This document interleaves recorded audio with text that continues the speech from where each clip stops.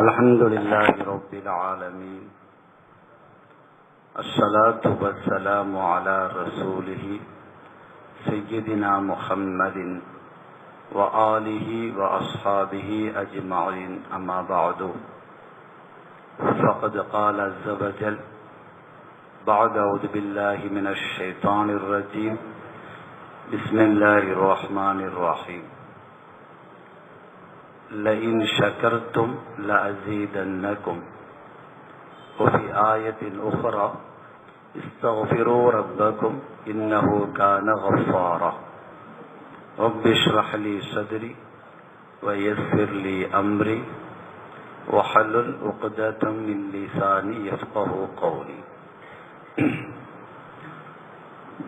கண்ணியமிக்க மேலான பெரியார்களே, சகோதரர்களே,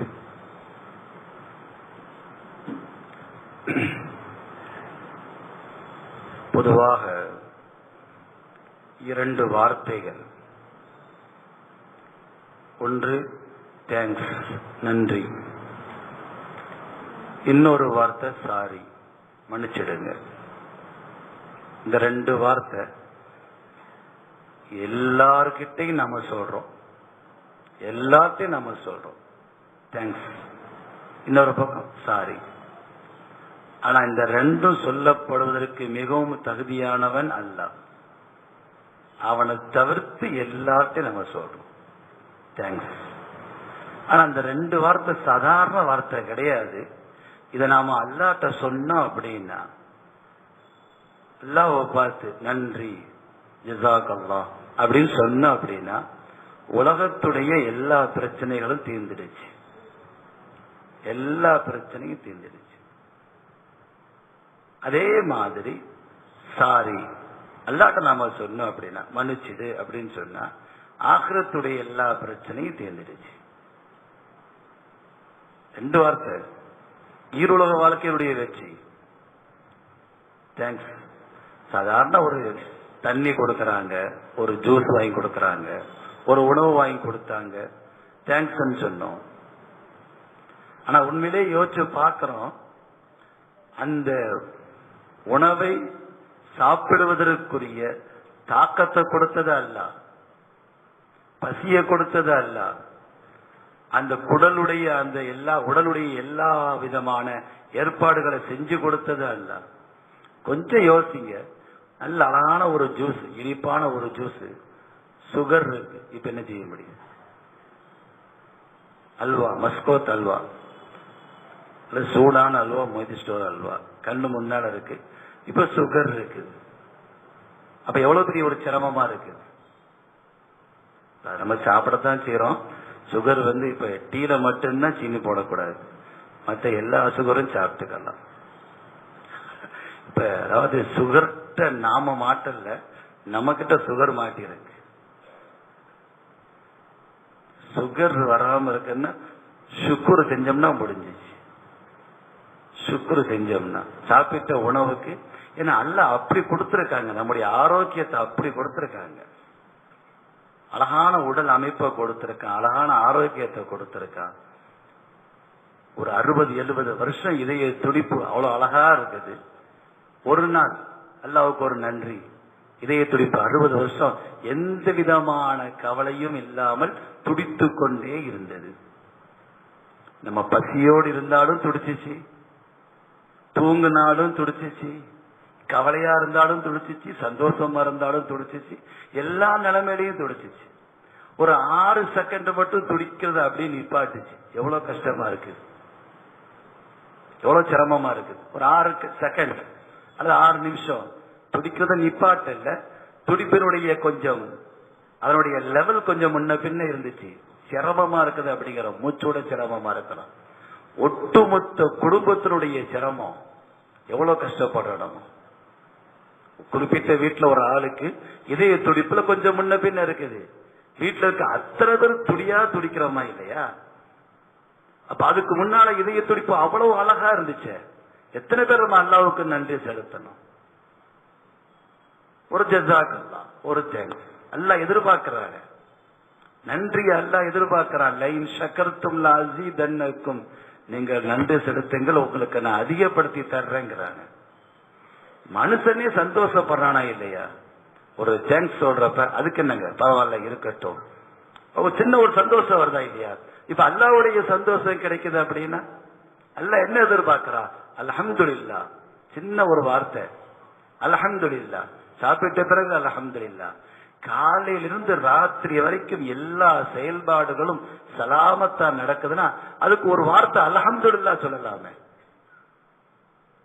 இப்பெல்லாம் பெரும்பாலும் ஒரு வண்டி எடுத்துட்டு ஒரு தேவைக்கு வெளியே போயிட்டு வீட்டுக்கு வண்டியோட சலாமத்தா வர்றதே பெரிய அல்ஹம்துலில்லாஹ் இருக்கு. அந்த மாதிரியான காலகட்டமா இருக்குது. எல்லாத்துக்கும் நம்ம அல்ஹம்துலில்லாஹ் சொல்ல வேண்டியதா இருக்குது. சின்ன சின்ன பயணங்கள், இன்னும் மற்ற எவ்வளவோ தேவைகள் அல்லாஹ் நமக்கு பூர்த்தி செய்யறான். அல்லாஹ் எதிர்பார்க்கிறது நன்றி. ஒரே ஒரு வார்த்தை அல்ஹம்துலில்லாஹ். இது ஏன் சொல்ல வர்ற அப்படின்னா, ஒரு ஹதீஸ்ல இப்படி வரும், மல்லம் யஷ்குரின் நிஅமத ஃபகத் தஅஸ்ஸர லிஸவாலிஹா. கடுமையான வார்த்தை தான். அல்லாஹ் கொடுத்த ஞாமத்துக்கு யார் நன்றி செலுத்தவில்லையோ, அல்லாஹ் கொடுத்த ஞாமத்திற்கு யார் நன்றி செலுத்தவில்லையோ அவர் அல்லாஹ்ட்டையே அந்த ஞாமத்தை திருப்பி கொடுக்க தயாராகிவிட்டார்னு அர்த்தம். நன்றி செலுத்தல அப்படின்னா என்ன அர்த்தம்? அதுக்கு நீ கொடுத்த இந்த ஞாமத்து எனக்கு தேவையில்லை, நீ எடுத்துக்க. அந்த ஞாமத் அவரை விட்டும் நீங்குவதற்கு ரெடியாகி விட்டது. இப்ப யோசிச்சு பாருங்க. அதுக்கு பிறகு நம்ம துடிக்க ஆரம்பிக்கிறோம். எவ்வளவோ கஷ்டப்படுறோம், சிரமப்படுறோம், என்னென்னமோ எவ்வளவோ புலம்பல்கள், எவ்வளவு மன உளைச்சல்கள், கஷ்டங்கள். நல்லா எதிர்பார்க்கிறாங்க. நன்றிக்கு அந்த விளக்கம் கொடுக்கும் போதே உலமாக்கள் அழகான ஒரு வார்த்தை சொல்றாங்களே, அஷ்குரு கைதுல் மௌஜூத் வஸைதுல் மஃபூத் அப்படிங்கிற வார்த்தையை சொல்றாங்க. இருக்கிற ஞாபகங்களை நம்ம கைவசம் என்னென்ன இருக்கோ, இப்போதைக்கு நம்ம சந்தோஷமா இருக்கிறோமா, இந்த நிலைமையில சந்தோஷமா இருக்கோம், ஆரோக்கியமா இருக்கிறோம், கையில ஒரு அளவுக்கு செலவு காசு படமும் இருக்கு, எல்லாமே இருக்குது. இருப்பதை தக்க வைக்க வேண்டும் என்றால் நன்றி செலுத்துங்கள் அப்படிங்கிறார்.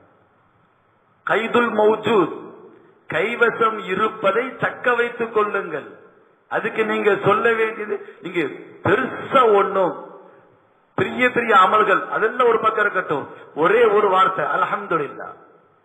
ஒரு வார்த்தை அல்ஹம்துலில்லாஹ். மதிய உணவு சாப்பிட்டோம், திருப்தியா சாப்பிட்டோம், அல்ஹம்துலில்லாஹ். எதுக்காக வேண்டி? இந்த ஆரோக்கியம் இரவு உணவுக்கு தேவைப்படுது, இரவுக்கு தேவைப்படுது. இரவுல சாப்பிட்டோம் அல்ஹம்துலில்லாஹ், காலையில் அல்ஹம்துலில்லாஹ். ஒவ்வொரு செயல்பாடுக்கும் இருக்கின்ற ஞாமத்துகளை, இருக்கின்ற ஆஃபியத்தை, என்னென்ன கைவசம் இருக்கிறதோ அதை தக்க வைக்க வேண்டும் என்றால் நன்றி செலுத்துங்கள். அஷ்குரு கைதுல் மௌஜூத், இருப்பதை தக்க வைக்க வேண்டும் என்றால் நன்றி செலுத்துங்கள் அப்படிங்கிறார். அதே மாதிரி வஸைதுல் மஃகூத், எது நம்ம கையை விட்டு போய்கிட்டு இருக்கோம், ஏதோ ஒண்ணு நஷ்டத்துல போய்கிட்டு இருக்குது, ஆனா ஏதோ ஒண்ணு கையை விட்டு போய்கிட்டே இருக்குது, ஒரு வேலை கையை விட்டு போய்கிட்டு இருக்கு, ஏதோ ஒண்ணு நடந்துகிட்டு இருக்கு, நாளுக்கு நாள் ஏதோ ஒண்ணு நடந்துகிட்டே இருக்குது. அப்பவும் இழப்பதை மறுபடியும் கைக்கு கொண்டு வர வேண்டும் என்றால் அப்பவும் நீங்க நன்றி செலுத்துங்க அப்படிங்கிறாங்க. அப்பவும் நீங்க நன்றி செலுத்துங்க. சைதுல் மஃகூத், கையை விட்டு போய்கிட்டு இருக்குன்னு உங்களுக்கு உங்க மனசுக்கு தெரியுதா, அந்த ஒரு உணர்வு வருதா அப்படின்னா நீங்க உடனே நன்றி செலுத்துங்க அப்படிங்கிறாங்க. அதுலயும் குறிப்பாக உலமாக்கள் எழுதுறாங்க, அல்லாஹ் கொடுத்த மிகப்பெரிய ஞாபகத்து ஈமான், மிகப்பெரிய ஞாபகத்து. அது எவ்வளவோ பாதிப்புகள் நமக்கு வருது, எவ்வளவோ வருது, கஷ்டங்கள் சிரமங்கள் எவ்வளவோ வருது, ஆரோக்கியத்துல கூட கொஞ்சம் முன்ன பின்ன நடக்குது, என்னென்னமோ நடக்குது வச்சுக்கங்க. ஆனாலும் கூட அமல்கள் விஷயத்துல கூட, தொழுகையுடைய விஷயத்துல சில சமயம் கலாவாகக்கூடிய நிலைமைகள் ஏற்படுது, நோம்பு விஷயத்துல கூட சில சமயம் கொஞ்சம் முன்ன பின்ன ஆயிருது, ஜகாத்துடைய விஷயத்துல கொஞ்சம் பொடுபோக்கு ஏற்படுது, ஹஜ்ஜுடைய விஷயத்துல கொஞ்சம் தாமதம் ஏற்படுது. இப்படி பல அமல்களில் பலவிதமான ஒரு மறதி, ஒரு பொடுபோக்கு, ஒரு சோம்பேறித்தனம் ஏற்படுது. ஆனா 24 மணி நேரமும் களிமா அப்படியே, ஈமான் அப்படியே இருக்கு. களிமா அப்படியே இருக்குது. அல்லாஹ் கொடுத்த களிமா இது. அதுல எந்த பாதிப்பும் வரலையே. களிமாவோட மௌத், அதாவது மௌத்தாகும் போது களிமா சில பேர் ஓப்பன தெளிவா சொல்லிட்டு மௌத்தாகிறாங்க பாக்குறோம். களிமாவை தெளிவா சொல்லிட்டு மௌத்தாகிறாங்க பாக்குறோம். அதிகமான நபர்கள் அமைதியாகவே மௌத்தாயிடுறாங்க. அமைதியா மௌத்தாயிடுறாங்க. நீண்ட நாள் படுக்கையில இருந்தாங்க, அல்ல ஏதோ ஒரு விபத்தாகி போச்சு, என்னமோ நடந்துடுச்சு, எப்படியோ மௌத்தாயிடுறாங்க. ஆனா ஒரு விஷயம் நம்ம பார்க்கிறோம், மௌத்தாகும் போது வேற எதுவும் வார்த்தையில சொல்லலையே. வேறு ஏதாவது ஒரு வார்த்தையை சொன்னாரா? இது எல்லாம் கலிமா என்பது அப்படிப்பட்டது இப்படிப்பட்டது, குர்ஆன் அப்படிப்பட்டது இப்படிப்பட்டது, வேறு ஏதேனும் ஈமானுக்கு எதிரான எந்த வார்த்தையும் பயன்படுத்தல. அப்படின்னா அவர் ஈமானுடைய மரணத்திருக்கிறான்னு அர்த்தம். மிகப்பெரிய இறைநேசர்கள் நம்ம பார்க்கிறோம். பெரிய பெரிய இறைநேசர்கள், இறைவனுக்கு நெருக்கமானவர்கள், தன்னுடைய கடைசி நேரத்தில் ஒரு வித்தியாசமான ஈமானுக்கு எதிரான வார்த்தைகளை எல்லாம் பயன்படுத்தியிருக்காங்க நம்ம பார்க்கிறோம். ஷேக் ஜுல்ஃபிகார் சாப் அவங்க ஒரு சொல்லுவாங்க, தல்பீஸே இப்லீஸ் அப்படிங்கிற ஒரு கிதாபு. அந்த கிதாப்ல இருக்கக்கூடிய ஒரு நிகழ்வு, அந்த நிகழ்ச்சியை சொல்லி அவங்களுடைய உஸ்தாத்தை கேட்கிறாங்க. அதுல என்ன நிகழ்வு வருது அப்படின்னா, ஒரு முஅzzin, ஒரு பிலால் பாங்கு சொல்லக்கூடியவர், கடந்த காலத்துல எங்க பாங்கு சொன்னவர்? ஹரம்ல பாங்கு சொன்னவர். ஹரமுடைய பாங்கு சாதாரண விஷயமா? எவ்வளவு பெரிய பாக்கியம் அது! ஹரமுடைய பாங்கு. அப்படிப்பட்ட ஒரு நபர் தன்னுடைய மரண நேரத்துல குர்ஆனை கொண்டு வர சொல்லி, அந்த குர்ஆனை பார்த்து இப்படி ஒரு வார்த்தையை சொல்றாங்க, இதுல உள்ள அத்தனையும் பொய் என்று சொல்லி மௌத்தாயிட்டாங்க. பயங்கரமான ஒரு நிகழ்வு. அதற்குண்டான காரணத்தை கீழே எழுதுறாங்க. ஏன் அந்த மாதிரி நடந்துச்சு அப்படின்னா, பாங்கு சொல்லுவதற்காக வேண்டி அவர் மேலே ஏறும் போதும் இறங்கும் போதும் தன்னுடைய பார்வையை பாதுகாக்கல அப்படின்னு சொல்லி எழுதுறாங்க. பார்வையை பாதுகாக்கல. தவா செய்யக்கூடிய பெண்கள் முகத்தை திறந்திருப்பாங்க, முகத்தை மூடக்கூடாது. அந்த இடத்துல அந்த நபர் பார்வையை பாதுகாக்கவில்லை. அதனுடைய விபரீதம் மரண நேரத்தில் கலிமாவை எடுத்துருச்சு அப்படிங்கிறாங்க. உண்மையிலே எழுதுறாங்க. அதான் பொதுவா மற்ற தவறுகள் எல்லாம் ஒரு பக்கங்க, பார்வையை பாதுகாக்குதல்ங்கிறது அது ரொம்ப முக்கியமான ஒண்ணுங்க. அதனுடைய வெளிப்பாடு சக்கராத்துல தாங்க வெளிப்படும். அது வெளிப்படக்கூடிய இடம் சக்கராத். பார்வையை பாதுகாக்குதல் என்பது வெளிப்படக்கூடிய இடம் சக்கராத். இப்ப ஜுல்ஃபிகார் சாப் அவங்க கேட்கிறாங்க, அவங்கள்ட்ட அவருடைய உஸ்தாத்தை கேட்கிறாங்க, இது அவ்வளவு ஒரு பயங்கரமான பாவமான்னு கேட்கிறாங்க.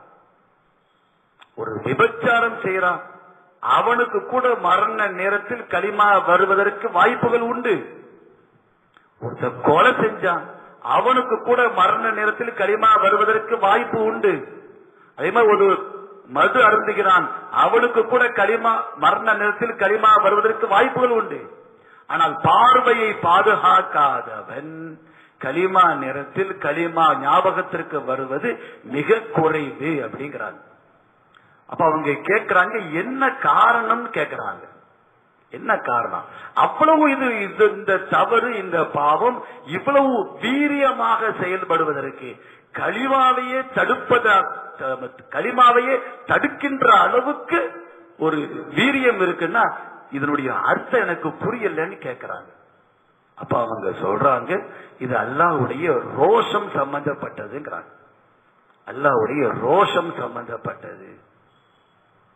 அதாவது ஒருத்தர் தன்னுடைய மனைவி பக்கத்துல இருக்கிறாங்க, மனைவி பக்கத்துல இருக்கிறப்ப அந்நிய பெண்ண ஒரு பெண்ணை பார்க்கறான்னு வைக்கிறாங்க. அந்த பெண்ணை பார்த்து ரசிக்கிறான், பார்க்கறான், ஏதோ ஒண்ணு செய்யறான். இப்ப தன்னுடைய மனைவிக்கு எவ்வளவு பெரிய கோபம் வரும். நான் இருக்கிறப்பவே நீங்க பாக்குறீங்களே, கோபம் வருமா வராதா? அவங்களுக்கே கோபம் வர்றப்ப, சொல்லப்பட மனைவி என்பவள் வெளியே தான் இருக்கிறாங்க, அல்லாஹ் என்பவள் உள்ளேயே இருக்கிறான். நான் இருக்கிறப்பவே நீ வேற ஆளை பாக்குறீங்க. அதுவும் ஹஜ்ஜிக்கு வந்தவங்க என்னுடைய மெஹ்மான், என்னுடைய விருந்தாளி, அவங்கள நீ பார்த்திருக்க. என்னால தாங்கிக்க முடியாது அப்படிங்கிறான். கல்புங்கிறது அது அல்லாஹுடைய வீடு, அது அர்ஷுர் ரஹ்மான், அது அல்லாஹுடைய வீடு. அல்லாஹுடைய வீட்டுல இவ இரவு போகிறாருன்னா என்னுடைய வீட்டுல என்னுடைய மனைவி இல்லாத நேரத்துல வேற ஒரு பெண் வந்து உட்கார்ந்து இருக்கான்னு வச்சுக்கோங்க, எப்படி இருக்கும் என்னுடைய மனைவிக்கு ரோஷம் எப்படி இருக்கும், தாங்கிக்க முடியுமா? இதத்தான் சொல்றாங்க லல்லாஹு அக்யரு மின்னா, அல்லாஹ் நம்ம அனைவரும் மிகவும் ரோஷமானவன், அவனால் அதை தாங்கிக்க முடியாது, சகிச்சிக்க முடியாது. அதனுடைய விபரீதத்துக்கு காரணம் இதுதான் அப்படின்னு. கண்ணியமானவர்களே, அவ்வளவு ஒரு பயங்கரமா எழுதுறாங்க இந்த விஷயத்தை. பார்வையை பாதுகாக்குதல் என்பது சாதாரண விஷயம் இல்ல அப்படிங்கிறாங்க. இப்ப நம்ம பார்க்கிறோம், நம்ம இப்ப பெரிய பெரிய நல்லா யோசிச்சு பாருங்க, அந்த முஅஸ்ஸின் பிலால் அவரிடம் இருந்த எவ்வளவோ நல்ல விஷயங்கள். முதல்ல தன்னுடைய அதிகமான வருஷங்கள் ஹரம்ல தொழுகக்கூடிய பாக்கியம், எவ்வளவு பெரிய பாக்கியம் அது, ஹரம்ல தொழுகக்கூடிய பாக்கியம். நமக்கு ஒரு வக்து கிடைக்காதான்னு பார்த்துக்கிட்டு இருக்கோம், ஒரு சஜிதா செய்யக்கூடிய பாக்கியம் கிடைக்காதான்னு பாக்கிறோம். பல வருஷங்கள் ஹரம்ல தொழுகக்கூடிய பாக்கியம், இன்னொரு பக்கம் ஜமாத்தோடு தொழுகக்கூடிய பாக்கியம், இன்னொரு பக்கம் தக்பீர் தஹ்ரீமாவோட பாக்கியம். எல்லா அமல்களும் ஒரு பக்கம், எல்லா அமல்களும் ஒரு பக்கம், இந்த பக்கம் ஒரே ஒரு தவறு, இந்த பக்கம் எல்லாத்தையும் அழிக்குதா இல்லையா? இந்த ஒரு தவறு மற்ற எல்லா நன்மையான விஷயங்களை விட மிகைக்குதா இல்லையா? அப்ப நம்ம எவ்வளவு பயப்பட வேண்டியதா இருக்குது. கண்ணியமானவர்களே, மரண நேரத்தில் நம்முடைய ஈமான் பாதுகாக்கப்பட வேண்டும் என்றால் உலமாக்கள் எழுதுறாங்க, நம்ம அதற்காகவும் 2 ரக்காத்து தினசரி தொழுகணுங்கிறாங்க. வேற எந்த இதுவும் கிடையாது, நன்றிக்காக. ஏன்னா அல்லாஹ் கொடுத்த ஈமான் அது எங்கிருந்து எங்க வரைக்கும் வந்திருக்கு பாருங்க. ஈமான் மக்கால இருந்து இங்க வரைக்கும் வந்திருக்கு ஈமான்.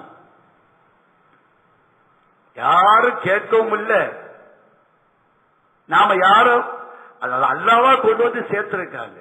நிச்சயமா நம்முடைய பெற்றோர்கள் முஸ்லீமா இருந்தாங்க, நாமளும் முஸ்லீமா இருக்கோம், நிச்சயமா அப்படி கிடையவே கிடையாது, அப்படி இருக்க வாய்ப்பே இல்லை. ஈமான் என்பது அந்த பெற்றோர்கள் சம்பந்தப்பட்ட விஷயம் கிடையாது. அது நபிமானுடைய மகன்களுக்கு ஈமான் கிடைக்கலையே, மலக்குகள் வந்து போன இடமாச்சு, மலக்குகள் வந்து போன வீடு, அந்த வீட்டில் வளரக்கூடிய பிள்ளைகளுக்கே ஈமான் கிடைக்கல. நம்ம வீட்டுக்கு எந்த மலக்கு வந்தாங்க? மலக்குல் மௌத்தை தவிர. அப்படி அல்லாஹ் கொண்டு வந்து சேர்த்திருக்கிறான். வெளிநாட்டிலிருந்து ஏறத்தாழ பல ஆயிரக்கணக்கான கிலோமீட்டர் தாண்டி கொண்டு வந்து சேர்த்திருக்கான். இந்த ஈமான் மரண நேரம் வரைக்கும் நாம சலாமத்தா கொண்டு போகணும் அப்படின்னா அதற்கு நன்றி செலுத்த வேண்டும் அப்படிங்கிறாங்க. நன்றி செலுத்துங்கள். 2 ரக்காத் தினசரி தொழுவது தனியா, வேற எதை அந்த 2 ரக்காத் என்பது வேற எந்த நியத்தும் கிடையாது.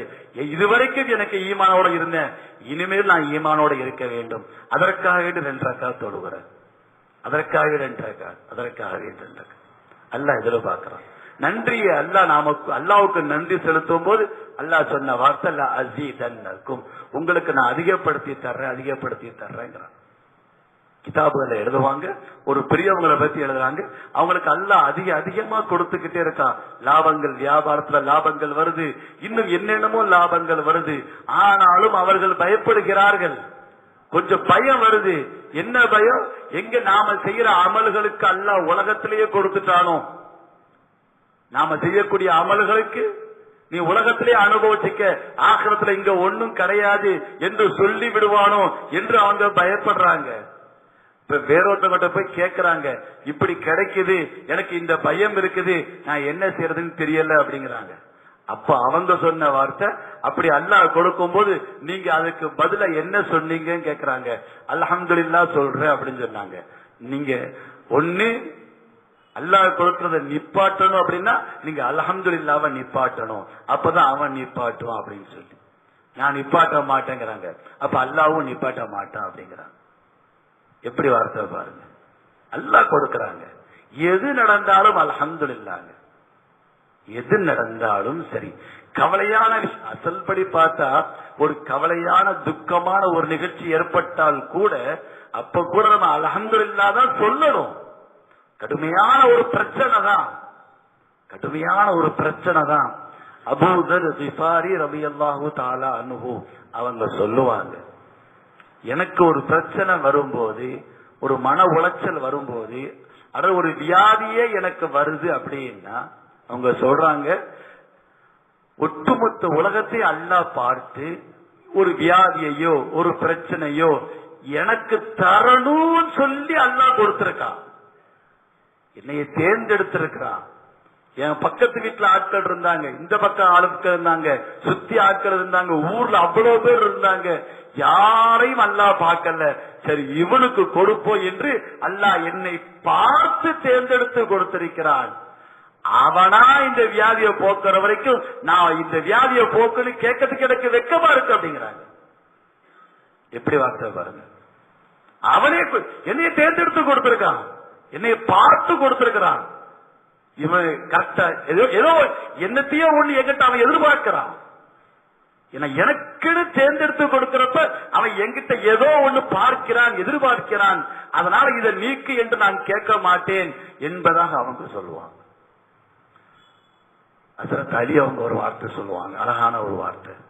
கஷ்டங்கள் சிரமங்கள்ல அழுகிறப்ப சொல்லுவாங்க, நான் அழுகிறது உனக்கு பிடிக்குதுன்னா நான் அழுக தயார், எனக்கும் பிடிச்சிருக்கு அப்படின்னு சொல்லுவாங்க. சிரமங்கள்ல கஷ்டங்கள்ல அழுகும் பொழுது துடிக்கும் பொழுது ஹஜ்ரத் அலி அவங்க சொல்லுவாங்களா, நான் அழுகிறது உனக்கு பிடிச்சிருக்குன்னா அது எனக்கும் பிடிச்சிருக்கு அப்படிம்பாங்க. அல்லாஹ் பல விஷயங்களை ரசிக்கிறாங்க. அவன் ரசிக்கக்கூடிய விஷயங்கள் நிறைய இருக்குது. அதுல ஒரு விஷயம் என்ன அப்படின்னா, மூமின்களுடைய அழுகையை அல்லாஹ் ரசிக்கின்றான் அப்படிங்கிறான். நம்ம பல பல கஷ்டங்களை சொல்லி அல்லாஹ்ட்ட நம்ம கேட்கிறோம், தகஜத்துல கேட்கிறோம், அப்பா அழுகிறோம் இப்ப அழுகிறோம், ஒவ்வொருத்தரையும் அழுது அழுது அழுது அழுது நம்ம கேட்கிறோம். மலக்குகள் அல்லாஹ்ட்ட சொல்றாங்க, அழுகிறான். ஒரு நாள் அல்ல, 2 நாள் அல்ல, 1 வாரமா 2 வாரமா 1 மாசமா 2 மாசமா அழுதுகிட்டே இருக்கான. அந்த பிரச்சனையை அந்த தேவையை அவனுக்கு பூர்த்தி பண்ணி கொடுத்தா என்ன என்று மலக்குகள் அல்லாஹ்ட்ட சொல்லும் பொழுது அல்லாஹ் திரும்ப சொன்ன வார்த்தை அதுதான், அவனுடைய அழுகை எனக்கு பிடிச்சிருக்கு அப்படிங்கிறான். அவனுடைய அழுகை எனக்கு பிடிச்சிருக்குங்கிறான். நம்ம அதுக்காக வேண்டி அழுகலாங்க அல்லாஹ்ட்ட. அவனுக்கு பிடிச்சிருக்க நம்ம எவ்வளவோ அழுகலாமாங்க. எவ்வளவோ நமக்கு கஷ்டங்கள் சிரமங்கள் இருக்குதா இல்லையா? எவ்வளவோ சிரமங்கள் இருக்குது, அழுகலாம. சொல்லும் போது இப்படி சொல்லிட்டே அழுகலாம, உனக்கு பிடிச்சிருக்கு நான் அழுகிறேன், உனக்கு பிடிச்சிருக்கு நான் அழுகிறேன், இதை கொண்டாவது என் மேல இறக்கப்படு, இதை கொண்டாவது என் மேல இறக்கப்படு சொல்லலாம் தானே? கண்ணியமானவர்களே, அல்லாஹ் விரும்புகிறான். அல்லாஹ் விரும்பக்கூடிய விஷயம் அது. அல்லாஹ்வுக்கு நன்றி செலுத்தும் போது நம்முடைய எல்லாத்தையும் அல்லாஹ் தஆலா ஒரு பக்கம் மாற்றி அமைக்கின்றான், இன்னொரு பக்கம் அதிகப்படுத்தி தருகிறான். இரண்டாவதாக சொல்லப்பட்ட விஷயம், நாம அல்லாஹ்ட்ட எல்லாத்தையும் மன்னிப்பு கேட்கிறோமா இல்லையா? எல்லாத்தையும் மன்னிப்பு கேட்டோமே. சின்னதா ஒரு ஆள் கால் தட்டினா கூட மன்னிச்சிடுங்க அப்படிங்கிறோம். சின்ன யாருக்காச்சும் ஒரு ஆள் கஷ்டம் கொடுத்துட்டோம் அப்படின்னா மன்னிச்சிடுங்கிறோம். எல்லாத்தையும் மன்னிப்பு கேட்கிறோம். அல்லாஹ் கேட்கிறான், இஸ்தக்ஃபிரு, எங்கிட்ட நீங்க மன்னிப்பு கேளுங்க அப்படிங்கிறான். எங்கிட்ட மன்னிப்பு கேளுங்க. அவ்வளவு விசாலமானவங்க அல்லாஹ். பொதுவா ஒரு கடையில வேலை செய்யறோம், எங்கேயோ இடத்துல வேலை செய்யறோம், ஒரு தப்பு செஞ்சோம், அவர் மன்னிச்சிருவாரு, தெரியாம செஞ்சுட்டாங்க, சரி பரவாயில்லப்பா போப்பா அப்படிங்கிறாங்க. அடுத்த நாள் செஞ்சோம், திரும்ப அதே தவறு செய்யறோம், மன்னிச்சிருவாங்க. இப்படியே ஒவ்வொரு நாள் செய்யறப்ப ஒரு கட்டத்தில் அவர் கோவப்பட வாய்ப்பு இருக்குது. யாரா இருந்தாலும் கோவப்பட வாய்ப்பு இருக்கு. ஒரே நானும் மன்னிச்சுக்கிட்டே இருக்க, நீ செஞ்சுக்கிட்டே இருக்க, இதுக்கு மேல நான் சகிச்சுக்கிட்டு இருக்க முடியாதுப்பா, இனி லாய்க்கப்பட மாட்டேன், கிளம்பு என்று ஒரு கட்டத்தில் கோவப்படுவதற்கு வாய்ப்பு இருக்குது. 80 வருஷம் ஆனாலும் சரிங்க, 100 வருஷம் ஆனாலும் சரி, ஒரு நாளைக்கு ஏறத்தாழ 100-200 தடவை தவறுகள் செய்து செய்து அல்லாஹ்ட்ட மன்னிப்பு கேட்டாலும் சரி, இறைவனிடமிருந்து ஒரு வார்த்தை அப்படி வராது, இனி உன்னுடைய தௌபா கேன்சல் என்று வரவே வராது. நானும் எவ்வளவுதான் உன்னைய மன்னிக்கிறது, நானும் உன்னை எவ்வளவு உன்னைய மன்னிக்கிறது, இப்பதான் மன்னிச்ச அடுத்த 2 நிமிஷத்துல இன்னொரு பாவம் செய்யறேன், அடுத்த 2 நிமிஷம் அடுத்து ஒரே செஞ்சுக்கிட்டே இருக்க. நிச்சயமாக அல்லாஹ் முகத்தை திருப்பவே மாட்டான். தவறு செய்பவனை விட்டும் முகத்தை திருப்பவே மாட்டான். சொல்லிட்டா நீ கிளம்புன்னு சொல்லிட்டா எங்கெங்க போக முடியும்? உன்னுடைய தௌபா இனி கேன்சல் அப்படின்னு சொல்லி கிளம்புன்னு சொல்லிட்டா எங்க போக முடியும்? யோசிச்சு பாருங்க. அப்படிப்பட்ட ஒரு அல்லாஹ் நமக்கு கேளுங்க. அல்லாம சொல்றான், இஸ்தகுஃபிரு ரப்பக்கும், நீங்க கேளுங்க, இன்னஹு கான கஃபாரா, நான் மன்னிக்க தயார் அப்படிங்கிறான். நான் மன்னிக்க தயார், நீங்க கேளுங்க, நான் மன்னிக்க தயார். ஹதீஸ்ல இப்படி ஒரு வாசகம் கூட வரும். அல்லாஹ் தஆலா முதல்ல இப்படி அறிவிப்பு செய்யறான், மரண நேரத்திற்கு ஒரு 40 நாளைக்கு முன்னால யார் தௌபா செய்யறாங்களோ அது வரைக்கும் தான் தௌபாவை கபூல் செய்வேன், அதற்கு பிறகு நான் கபூல் செய்ய மாட்டேன் என்று அல்லாஹ் அறிவிக்கும் பொழுது ஸல்லல்லாஹு அலைஹி வஸல்லம் அவங்க அல்லாஹ்ட்ட முறையிடுறாங்க. என்னுடைய சமுதாயம் பலகீனமானது, என்னுடைய சமுதாயம் பலகீனமானது. 40 நாள் ரொம்ப அதிகம், 40 நாள் அதிகம், நாட்களை குறைங்கிறாங்க. அதுக்கு அந்த 40 நாள் அவங்க என்னென்னமோ செய்ய வாய்ப்புகள் இருக்குது. நீ மன்னிக்காட்டி யார் மன்னிக்க போற? கேக்குற, யார் மன்னிக்க போற? அதனால குறைங்கிறாங்க. அல்லாஹ் குறைக்கிறான், 30 நாட்கள் ஆக்குறான், பத்தாது, ஒரு வாரங்கிறாங்க, பத்தாது, ஒரு நாள் ஆக்குறாங்க, ஒரு நாள் கூட பத்தாதுன்னு சொன்னாங்க. கடைசி அல்லாஹ் சொன்ன வார்த்தை மாலம் யுகர்சிர், சக்கராத்துடைய நேரத்துல கூட நான் மன்னிக்க தயார் அப்படின்னு சொல்லிட்டான். சக்கராத்துடைய நேரத்துல கூட கைகால் அசையாது, எதுவுமே அசையாது. அந்த நேரத்தில் அவன் மனவேதனையோடு கண்ணிலிருந்து ஒரு சொட்டு தண்ணி வந்தா கூட நான் மன்னிக்க தயார் அப்படிங்கிறான். அவ்வளவு விசாலமானவங்க. அல்லாஹ் ஒரே ஒரு வார்த்தை, என்ன மன்னிச்சிடு. எல்லாருமே பயந்திருக்காங்க, எல்லாரும் பயந்திருக்காங்க.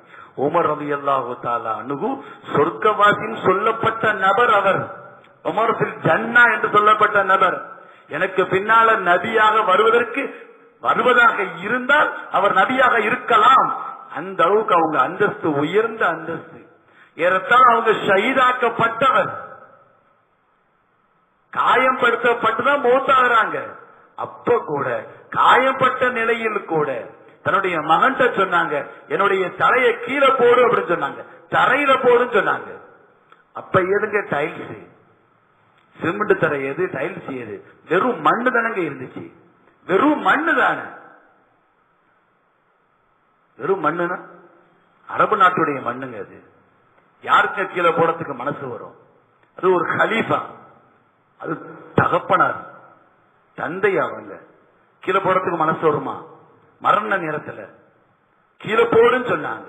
கீழே போடுன்னு சொன்ன பிறகு கீழே போட்ட பின்னால அவங்க கேட்ட ஒரே வார்த்தை அதுதான். அல்லாஹ்ட்ட கேட்கிறாங்க, இப்பயாவது என் மேல இறக்கப்பட்டு என்ன மன்னிச்சிருன்னு சொன்னான். இப்பயாவது என் மேல இறக்கப்பட்டு என்னைய மன்னிச்சிருன்னு சொன்னான். எப்படிப்பட்ட அந்தஸ்துல உள்ளவங்க அவங்க. அவங்களும் அல்லாஹ்ட்ட கேட்கிறாங்கல்ல, அந்த நிலைமையிலையும் கேட்கிறாங்கல்ல, அவங்க மன்னிச்சிடுன்னு கேட்டாங்கல்ல. கண்ணியமானவர்களே, அல்லாஹ்வுடைய அந்த மன்னிக்கின்ற தன்மை மிக விசாலமான தன்மைங்க. ஹஜ்ரத் மூஸா அலைஹிஸ்ஸலாம் அவர்களுக்கு அல்லாஹ் ஒரு அறிவிப்பு செய்வாங்க. ஊருக்கு அவுட்டர்ல ஒரு ஜனாசா ஒண்ணு கிடக்குது, எனக்கு நெருக்கமான ஜனாசா அது. என்னுடைய இறை நேசர், இறை நேசர். அந்த ஜனாசாவுக்கு நீங்க குளிப்பாட்டி அதுக்கு செய்ய வேண்டிய தொழுகை வைத்து அடக்கம் செய்யுங்கள். உங்க மக்கள்கிட்ட சொல்லிருங்க, ஜனாசால வந்து கலந்து கொள்ள சொல்லுங்க. இப்படி ஒரு அறிவிப்பு செய்யுங்க. அந்த ஜனாசாவில் பொதுவாவே ஜனாசால வந்து யார் கலந்துக்கிறாங்களோ, கூட்டம் அதிகமா இருந்துச்சு அப்படின்னு சொன்னா அல்லாஹ் அந்த கூட்டத்தினுடைய இதை பார்த்து அவர்கள் பேசக்கூடிய அந்த விஷயங்களை கவனிச்சு எல்லாருமே அந்த ஜனாசாவை நல்ல ஜனாசா, நல்ல மனுஷன், நல்ல ஆரோக்கியம், நல்ல அப்படி அந்த மாதிரி அவ்வளவு நல்ல விஷயம் பண்ணாரு, இவ்வளவு நல்ல விஷயம் பண்ணாரு. அப்ப எல்லா மக்களுமே அந்த ஜனாசாவுடைய விஷயத்த ஒரு நல்ல அபிப்பிராயம் வைத்திருக்கும் போது அல்லாஹ் அந்த நல்ல அபிப்பிராயத்தின்படியே முடிவு செய்து விடுகிறான். அல்லாஹ் ஜனாசாவை மன்னிச்சிடறான். கூட்டம் அவ்வளவு பெரிய கூட்டம் வந்து சொல்றப்ப அல்லாஹ் மன்னிச்சிடறாங்க. அதாவது ஒரு வார்த்தை ஞாபகத்துக்கு வருது, கியாமத்துடைய நாள் பாருங்க, மாலிகி யௌமித்தீன்ங்கிற வார்த்தையை அல்லாஹ் பயன்படுத்துறான். மாலிகி யௌமித்தீன், கியாமத்து நாளுடைய மாலிக் எஜமான் அப்படிங்கிற வார்த்தையை பயன்படுத்துறான். எஜமான். தப்சீர் கிதாபுல உலமாக்கள் சொல்லுவாங்க, நல்ல யோசிச்சு பார்க்கிறோம், அந்த இடத்துல அல்லாஹ் ஜட்ஜ்மெண்ட் செய்யறான். கியாமத்துடைய நாள்ல எல்லாமே அல்லாஹ் ஜட்ஜ்மெண்ட் தான் செய்யறான், தீர்ப்பு தான் வழங்குறான், எல்லா பக்கம் தீர்ப்பு வழங்குறான். அப்ப தீர்ப்பு வழங்கக்கூடிய அந்த நாள் அப்படின்னு சொன்னா என்ன வார்த்தை அல்லாஹ் அங்க பயன்படுத்தி இருக்கணும்? ஹாக்கிமு யௌமித்தீன், தீர்ப்பு நாளுடைய ஜட்ஜி அப்படின்னு அல்லாஹ் அங்க சொல்லி இருக்கணும். ஆனா அல்லாஹ் அந்த வார்த்தையை பயன்படுத்தல, மாலிக்கு யௌமித்தீன்ங்கிற வார்த்தையை பயன்படுத்துறான். கூலி கொடுக்கப்படக்கூடிய கியாமத்து நாளுடைய எஜமான்கிற வார்த்தையை பயன்படுத்துறான். தன்னை அல்லாஹ் நீதிபதியாக, நீதிபதி என்ற வார்த்தையை கொண்டு அறிமுகப்படுத்தல, நான் எஜமான்கிற வார்த்தையை கொண்டு பயன்படுத்துறான். அது என்ன, எஜமானுக்கும் நீதிபதிக்கு என்ன வித்தியாசம்? கிதாபுல எழுதுறாங்க, நீதிபதி என்றால் ஒருத்தன் தவறு செஞ்சிட்டான்னு வச்சுக்கங்க, விபச்சாரம் செஞ்சிட்டான், 4 சாட்சி இருக்குது, தெளிவா 4 சாட்சி இருக்குது, இவன் விபச்சாரம் செஞ்சிட்டான் அப்படின்னா இனி அந்த நீதிபதிக்கு அந்த தவறு செய்தவனை மன்னிக்கின்ற உரிமை கிடையாது. சட்டத்தின்படி அந்த சட்டத்தின்படி நிறைவேற்றி ஆகணும். தண்டனையை நிறைவேற்றுவது நீதிபதியின் மீது கடமை, கட்டாயம் நிறைவேற்றி ஆகணும். இது நீதிபதியுடைய வேலை. நீதிபதி மன்னிக்க முடியாது. அவனை பார்த்தா இறக்கமா இருக்கு, நான் மன்னிச்சறேன் சொல்ல முடியாது. குற்றம் நிரூபிக்கப்பட்டு விட்டால், தக்க ஆதாரங்களோடு குற்றம் நிரூபிக்கப்பட்டு விட்டால் தண்டனையை நிறைவேற்றி ஆக வேண்டும். இது நீதிபதியுடைய வேலை. அதுவே எஜமானுடைய வேலை என்ன? தாராளமா மன்னிக்க முடியும். எத்தனை சாட்சிகள் இருந்தாலும் மன்னிக்க முடியும், எவ்வளவு சாட்சி இருந்தாலும் மன்னிக்க முடியும். அதே மாதிரி ஒரு நீதிபதி இப்ப தண்டனை நிறைவேற்றப்பட்டுருச்சு வச்சுக்கோங்க, ஆனாலும் அந்த தண்டனை கொடுக்கப்பட்ட அந்த நபரை பத்தி அந்த ஸ்டேஷன்ல ரெக்கார்டு இருக்கும், இவன் குற்றவாளி ரெக்கார்டு இருக்கும். இருக்குமா இருக்காதா? இவனுக்கு தண்டனை கொடுக்கப்பட்டிருக்குது, இவன் குற்றவாளி என்ற ஒரு ரெக்கார்டு இருக்கும்.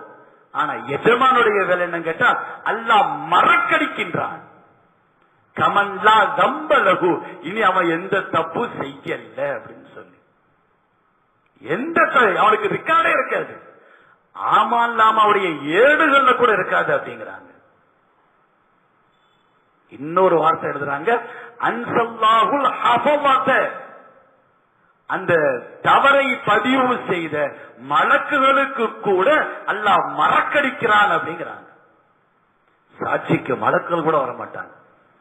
இவன் இந்த தப்பு செஞ்ச, நாங்க எழுதி இருக்கிறோம், எங்களுக்கு ஞாபகம் இருக்குது, நீ பாட்டுக்கு மன்னிக்கிற என்று மலக்குகள் கூட சாட்சிக்கு வர மாட்டாங்க.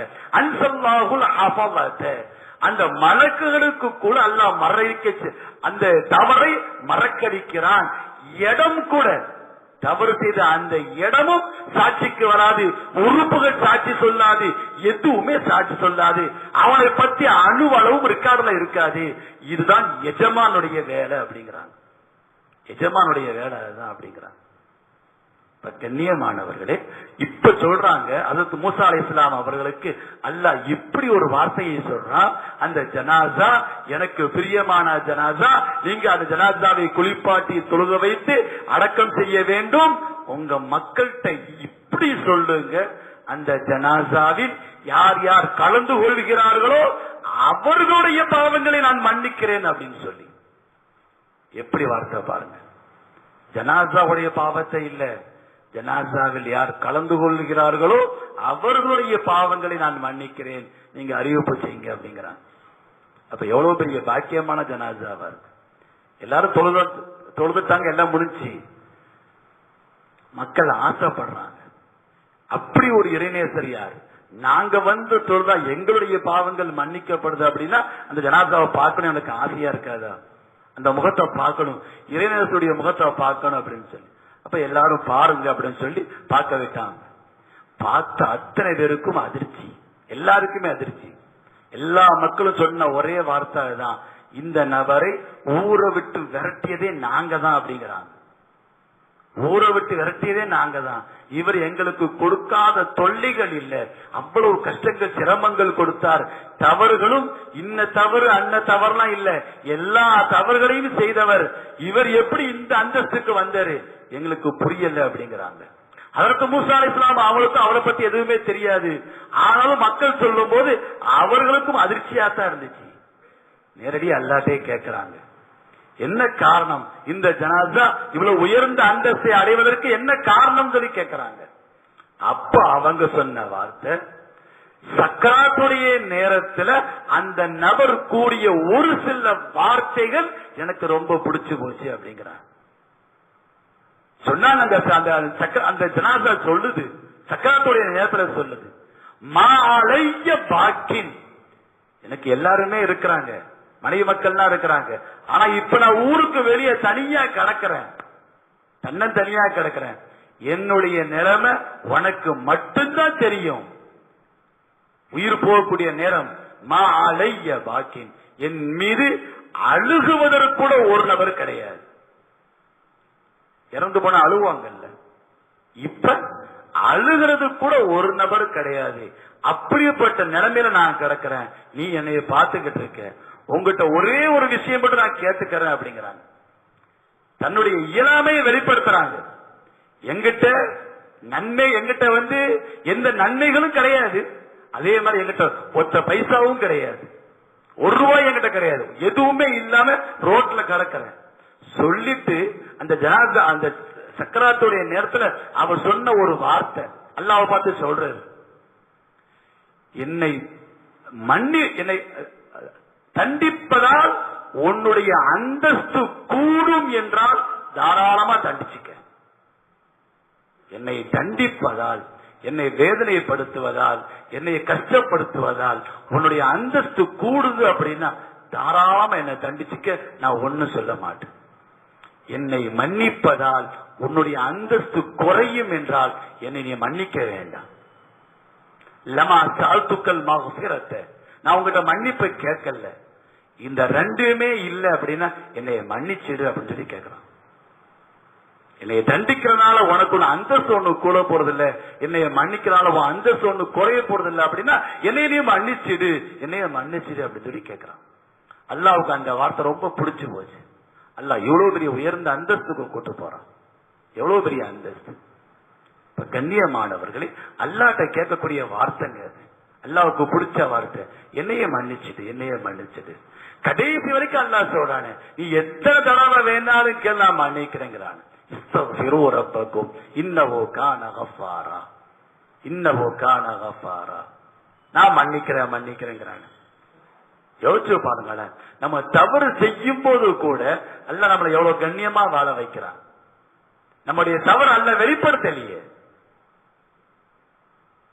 நம்முடைய தவறு அல்லாஹ் வெளிப்படுத்தலையே,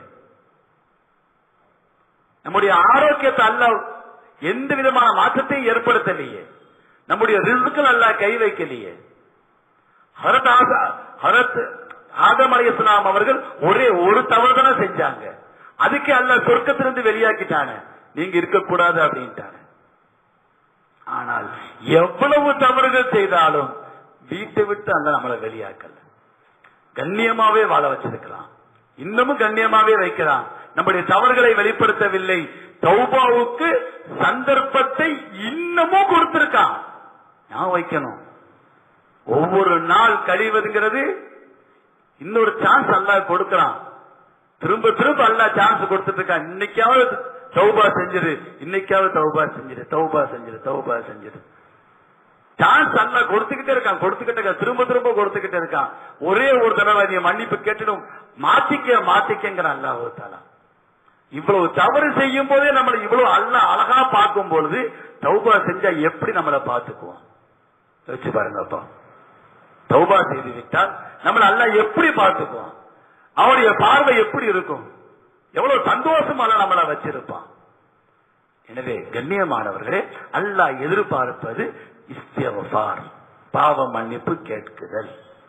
அதோட நம்முடைய ஒட்டுமொத்த செயல்பாடுகளும் நபிகள் நாயகம் ஸல்லல்லாஹு அலைஹி வஸல்லம் அவர்களுடைய செயல்பாடுக்கு தோதுவாக அவங்களுடைய செயல்பாடுக்கு தோதுவாக, சுன்னத்துக்கு தோதுவாக ஆகுவதை அல்லாஹ் விரும்புகிறான் அப்படிங்கிறாங்க. அல்லாஹ் விரும்புறான் அப்படிங்கிறான். அழகான ஒரு உதாரணம் எழுதுவாங்க. ஒரு நபர் தன்னுடைய மகனை கூட்டு போறாரு, தன் பையனை கூட்டு போய்கிட்டு இருக்கிறாரு.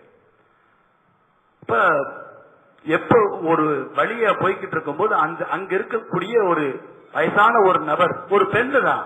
அப்ப அந்த பையனை தன் வீட்டுக்கு கூப்பிட்டு நல்ல கவனிக்கிறாங்க. நல்ல அழகான உணவு, நல்ல ட்ரெஸ் கொடுக்கறாங்க, உணவு கொடுக்கறாங்க, அதே மாதிரி பணம் கொடுக்கறாங்க, நல்ல கவனிச்சு அனுப்புறாங்க. இது ஒரு தடவை இல்ல, 2 தடவை இல்ல, பல தடவை இந்த மாதிரி நடக்குது. ஒரு நாள் அந்த தகப்பனார் அவர்கிட்ட கேட்டுட்டாங்க, ஏன் இவனை மட்டும், அதாவது அந்த தெருவுல நிறைய பேர் போறாங்க வர்றாங்க, இவன் வயசுல நிறைய பேர் இருக்கிறாங்க, ஆனா இந்த ஒரு பையனை மட்டும் தனியா கூப்பிட்டு நீங்க நல்ல கவனிக்கிறீங்க, சாப்பாடு கொடுக்குறீங்க, எல்லாம் செய்றீங்களே, என்ன காரணம்னு கேக்குறாங்க.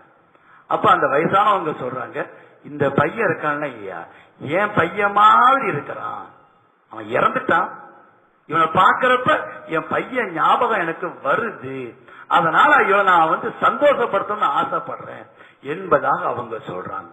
இந்த உதாரணத்தை சொல்லிட்டு எழுதுறாங்க. இப்ப நம்முடைய உடல் பாவனை உச்சிலிருந்து உள்ளங்கால் வரைக்கும் நபிகள் நாயகம் ஸல்லல்லாஹு அலைஹி வஸல்லம் அவர்கள் மாதிரி நம்ம இருந்தோம்னு வச்சுக்கோங்க, அல்லாஹ் எவ்வளவு சந்தோஷப்படுவோம், அல்லாஹ் எவ்வளவு சந்தோஷப்படுவோம். இவரை பார்க்கும்போது என்னுடைய ஹபீப், என்னுடைய நபி ஞாபகத்துக்கு வர்றாரு. என்னுடைய ஹபீப், எனக்கு பிரியமானவர் ஞாபகத்துக்கு வருது. அவருடைய தாடியை பார்க்கும்போது என்னுடைய ஹபீப் ஞாபகத்துக்கு வருது. அவருடைய தலப்பாகையை பார்க்கும்போது என்னுடைய ஹபீப் ஞாபகத்துக்கு வருது. அவர் சாப்பிடும் போது அந்த ஒழுக்க, அந்த அடிமை சாப்பிடுவது போல சாப்பிடுறது, அதை பார்க்கிறப்ப என்னுடைய ஹபீப் ஞாபகத்துக்கு வர்றது. அப்படிங்கிறப்ப அது எவ்வளவு அல்லாவுக்கு ஒரு பிரியமா இருக்கும். அல்லாஹ் நம்மளை எப்படி கவனிப்பான். அந்த பெண்ணே அப்படி கவனிக்கிறாங்கல்ல, அவ்வளவு கவனிக்கிறாங்கல்ல. அப்ப அல்லாவுக்கு அந்த நபரை பார்க்கும் போது நபிகள் நாயகம் ஸல்லல்லாஹு அலைஹி வஸல்லம் அவங்க ஞாபகத்துக்கு வர்றாங்கன்னா எப்படி கவனிப்பாங்க, அவங்கள எந்த அளவுக்கு கவனிப்பாங்க. தன்னுடைய மகனுடைய ஒரு போட்டோ இருக்குன்னு வச்சுக்கோங்க, அந்த போட்டோவை எந்த தகப்பனும் கிழிக்க மாட்டாங்க, போட்டோவை கிழிக்கவும் மாட்டாங்க, என் போட்டோவை தூக்கி நெருப்புல போடவும் மாட்டாங்க, போட்டோ தான் நெருப்புல போடவும் மாட்டாங்க. ஏன்னா பாக்குறப்ப மக ஞாபகத்துக்கு வருது. இப்ப ஒரு நபரை பாக்குறப்ப அந்த அல்லாவுக்கு நபிகள் நாயகம் ஸல்லல்லாஹு அலைஹி வஸல்லம் அவங்க ஞாபகத்துக்கு வரும் பொழுது அந்த நபர் கியாமத்துடைய நாள்ல நிக்கிறப்ப அவரை பார்க்கும்போது நபிகள் ஞாபகத்துக்கு வர்றப்ப அவரை பார்த்து எப்படிங்க அல்லாஹ் சொல்லுவான் நீங்க நரகத்துக்கு போங்கன்னு சொல்லி, எப்படிங்க மனசு வரும்? ஒரு நபரை பார்க்கிறப்ப நபிகள் நாயகம் ஞாபகத்துக்கு வரும் பொழுது, அவருடைய உருவத்தை பார்க்கும் போது, அவருடைய செயல்பாடுகளை பார்க்கும் பொழுது நபிகள் நாயகம் ஞாபகத்துக்கு வர்றாங்க அப்படின்னா அப்ப எவ்வளவு பெரிய ஒரு பாக்கியமா இருக்கும். அல்லாஹ் விரும்புறாங்க நம்முடைய ஒட்டுமொத்த செயல்பாடுகள் காலையிலிருந்து ராத்திரி வரைக்கும் சுன்னத் என்ன என்னன்னு தேடி தேடி தேடி அமல் செய்யறப்ப அல்லாஹ் ரொம்ப சந்தோஷப்படுறான். ரொம்ப அதனால்தான் பாருங்க ஹதீஸ்கள்ல பாக்கிறோம், நபிகள் நாயகம் ஸல்லல்லாஹு அலைஹி வஸல்லம் அவர்களுடைய எல்லா விஷயமும் அறிவிக்கப்பட்டுள்ளது, பாதுகாக்கப்பட்டுள்ளது, எல்லாம் பாதுகாக்கப்பட்டிருக்கு. அவங்க சாப்பிடுற முறை, என்ன பொருள் சாப்பிட்டாங்க, எப்படி அவங்க வாழ்ந்தாங்க, என்னென்ன மாதிரி செஞ்சாங்க, எல்லாமும் பாதுகாக்கப்படுது. அவங்களுடைய தாடியுடைய அமைப்பு எப்படி இருந்துச்சு, தாடியில எத்தனை நரைமுடிகள் இருந்தது, எதெல்லாம் பாருங்க. அவங்களுடைய செருப்பு எப்படி இருந்துச்சு, அவங்க டீ குடிச்ச அந்த கிளாஸ் எப்படி இருந்துச்சு, எல்லாமே சொல்லப்பட்டிருக்கு, எல்லாமே பாதுகாக்கப்பட்டிருக்குது. ஏன் பாதுகாக்கப்படணும்? அவங்க செஞ்ச அமல்கள் மட்டும் பாதுகாக்கப்பட்ட போதும் தானே, நமக்கு அதன தேவை, அமல்கள் தானே தேவை. செயல்பாடுகள் ஏன் பாதுகாக்கப்படணும்? அல்லாஹ் விரும்புறான் அந்த செயல் மாதிரியே உங்களுடைய செயல்பாடுகளும் ஆக வேண்டும். அல்லாஹ் விரும்புறான். அவங்களுடைய செருப்பு எப்படி இருந்துச்சு, நடை எப்படி இருந்துச்சு, அவங்க எப்படி நடப்பாங்க, மேட்டிலிருந்து கீழே இறங்குவது போல நடப்பார்கள் அப்படின்னு நம்ம பார்க்கிறோம். அப்ப இது எல்லாமே அவங்களுடைய பேச்சு எப்படி இருந்துச்சு அதையும் கூட சொல்லப்பட்டிருக்கு. அவங்களுடைய பேச்சு, சலாம் சொல்லக்கூடிய முறை, ஒரு வீட்டுக்கு போறோம் சலாம் எப்படி சொல்லுவாங்க, விழித்திருப்பவர்களுக்கு காதுல விழும், தூங்குபவர்களை எழுப்பாது அப்படிங்கிறாங்க. யார் விழிச்சிருக்காங்களோ அவங்களுக்கு காதுல விழும், ஆனால் யார் தூங்கிட்டு இருக்காங்களோ அவர்களை எழுப்பாது. அந்த மாதிரி ஒரு அளவான லெவல்ல வச்சுக்கிட்டு அவங்க சலாம் சொல்லுவாங்க. எல்லாமே பதிவு செய்யப்பட்டிருக்கு. அப்படின்னா நம்ம எந்த அளவுக்கு சுன்னத்துக்கு நம்ம முக்கியத்துவம் கொடுக்கணும். மன் அஹப்ப சுன்னதி, யார் என்னுடைய சுன்னத்தை விரும்புகிறார்களோ, பிரியத்தோடு அமல் செய்கிறார்களோ, அவங்க ஃபக்கத் அஹப்பனி, அவங்க என்ன விரும்புறாங்கன்னு சொல்றாங்க. அவங்க என்ன பிரியப்படுறாங்க, சுன்னத்தை விரும்புறது, அவங்க என்ன விரும்புறாங்க. மன் அஹப்பனி, யார் என்னை விரும்புகிறார்களோ, கான மஇ ஃபில் ஜன்னதி, சொர்க்கத்துல என் கூட இருப்பாங்க அப்படிங்கிறாங்க. எவ்வளவு பெரிய பாக்கியம், சொர்க்கத்துல என் கூட இருப்பாங்க அப்படிங்கிறாங்க. கண்ணியமானவர்களே, நாம எல்லாருமே நியத் வைப்போம் இன்ஷா அல்லாஹ். இனி வரக்கூடிய காலங்கள்ல சுன்னத்தான விஷயங்களை மீது பிரியத்தோடு அமல் செய்யணும். பிரியத்தோடு தேடி தேடி கேட்டு கேட்டு உலமாக்கத்தை கேட்டு கேட்டு இது எப்படி ஸல்லல்லாஹு அலைஹி வஸல்லம் அவங்க செய்வாங்க, இது எப்படி ஸல்லல்லாஹு அலைஹி வஸல்லம் அவங்க செய்வாங்க, இதை கேட்டு கேட்டு அமல் செய்யும் போது அல்லாஹ் சந்தோஷப்படுறான், நம்முடைய வாழ்க்கையும் சந்தோஷமாக்கி வைக்கின்றான். அதற்காக ஒரு உழைப்பு தான் இந்த தாவத்துடைய உழைப்பு. அது சுன்னத்தின் மீது ஒரு பிரியம் வரணும். நம்ம மக்கள்கிட்ட போய் தாவத்து கொடுக்கணும். மக்களை அல்லாஹ்வை பத்தி ஸல்லல்லாஹு அலைஹி வஸல்லம் அவங்களை பத்தி சொல்லும் போது அல்லாஹ் நம்முடைய கல்புல சுன்னத்தின் மீது ஒரு பிரியத்தை போடுறான். சொல்லுங்க இன்ஷா அல்லாஹ், சொல்லுங்க இன்ஷா அல்லாஹ்.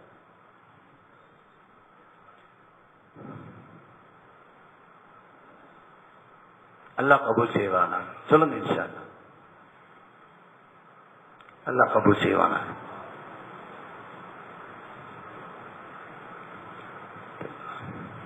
சொல்லுங்க இன்ஷா அல்லாஹ். அல்லாஹ் கபூல் செய்வான். தைரியமா சொல்லுங்க இன்ஷா அல்லாஹ். நாட்கள்லாம் ரொம்ப வேகமா போய்கிட்டு இருக்கு. இப்ப அடுத்த ரம்ஜான் வந்துருச்சு பாருங்க. அதாவது ஜும்மாவா தாண்டி இப்ப ரம்ஜானா தாண்டுது. அப்படிதான் சபுசாரியா போய்கிட்டு இருந்துச்சு. இப்ப அப்படி கிடையாது, ரமலானா தாண்டுது. அந்த நோம்புக்கு அந்த 10 நிமிஷம் மட்டும் தான் போக மாட்டேங்குது, மத்த நேரமெல்லாம் கரெக்டா போய்கிட்டே இருக்கு, வேக வேகமா போகுது. சொல்லுங்க இன்ஷா அல்லாஹ். நேரங்கள் காலங்கள் வேகமா போய்கிட்டு இருக்கு. ஏன்னா இது 5G உடைய காலம் அப்படிங்கிறாங்க. அப்படித்தானே, அது ரொம்ப ஸ்பீடு, பயங்கர ஸ்பீடு. 5G உடைய காலம் அப்படிங்கிற சொல்றது கேட்கிறோம், பார்க்கலாம். ரொம்ப ஸ்பீடா போய்கிட்டு நிறைய ஜமாத்துகளை, அதாவது சில்லா இப்ப போனாங்க உடனே வந்துட்டாங்க, அதை கேட்டுட்டு இப்ப ஃபாரின் இப்ப போனாங்க அடுத்து உடனே வந்துட்டாங்க, 5 மாசம் முடிச்சு அப்படிங்கிறாங்க. இதையும் கேட்டுட்டு 2வது சால் போறாங்க, உலமாக்கள் போய்கிட்டு இருக்காங்க, இப்பதான் போற மாதிரி தெரியுது, அதுக்குள்ள வருஷம் முடிச்சுங்கிறாங்க. நாங்க போயிட்டு வந்துட்டு நீங்க எப்ப போறீங்கன்னு கேக்குறாங்க. சில நியத்துல இருக்குன்னு சொல்லி இருக்கு. சில உலமாக்கள் சொல்லலாம் 2வது வருஷம் போனாங்க, சில போயிட்டு வரலாம். சொல்லுங்க ஹிம்மத்தை தயாராங்க 2வது வருஷத்துக்கு. அல்லாஹ் கபூல் செய்வானாக. அப்துல் காதிர் மௌலானா, அந்த பேர்ல 2 பேர் எழுதிக்கங்க, நம்ம பேரையும் எழுதிக்கங்க சார். அப்துல் காதிர் மௌலானா சார் 2வது வருஷத்துக்காண்டி அல்லாஹ் கபூல் செய்யட்டும் இன்ஷா அல்லாஹ்.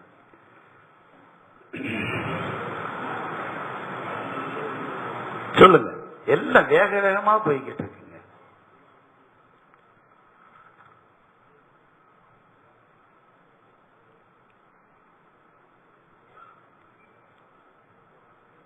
அல்லாஹ் கபூல் செய்யட்டும், அல்லாஹ் கபூல் செய்வானா. சொல்லுங்க இன்ஷா அல்லாஹ். எல்லாரும் அல்லாஹ் கபூல் செய்வானா. எவ்வளவோ வாரம் நம்ம கேட்டுக்கிட்டே இருக்கிறோம். கொஞ்சம் அப்படி போய் பார்த்துட்டு வருவோம்.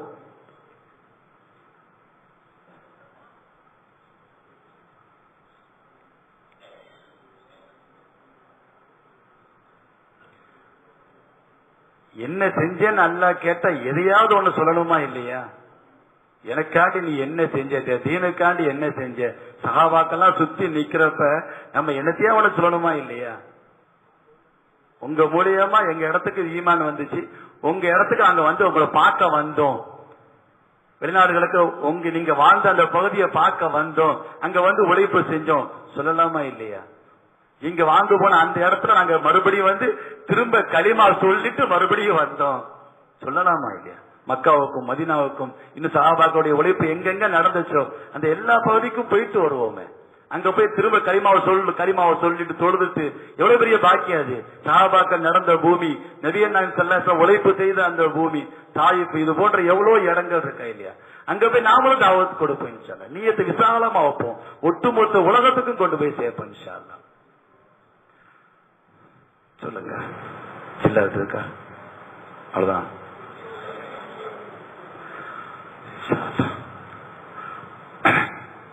அல்லாஹ் கபூல் செய்வாங்க.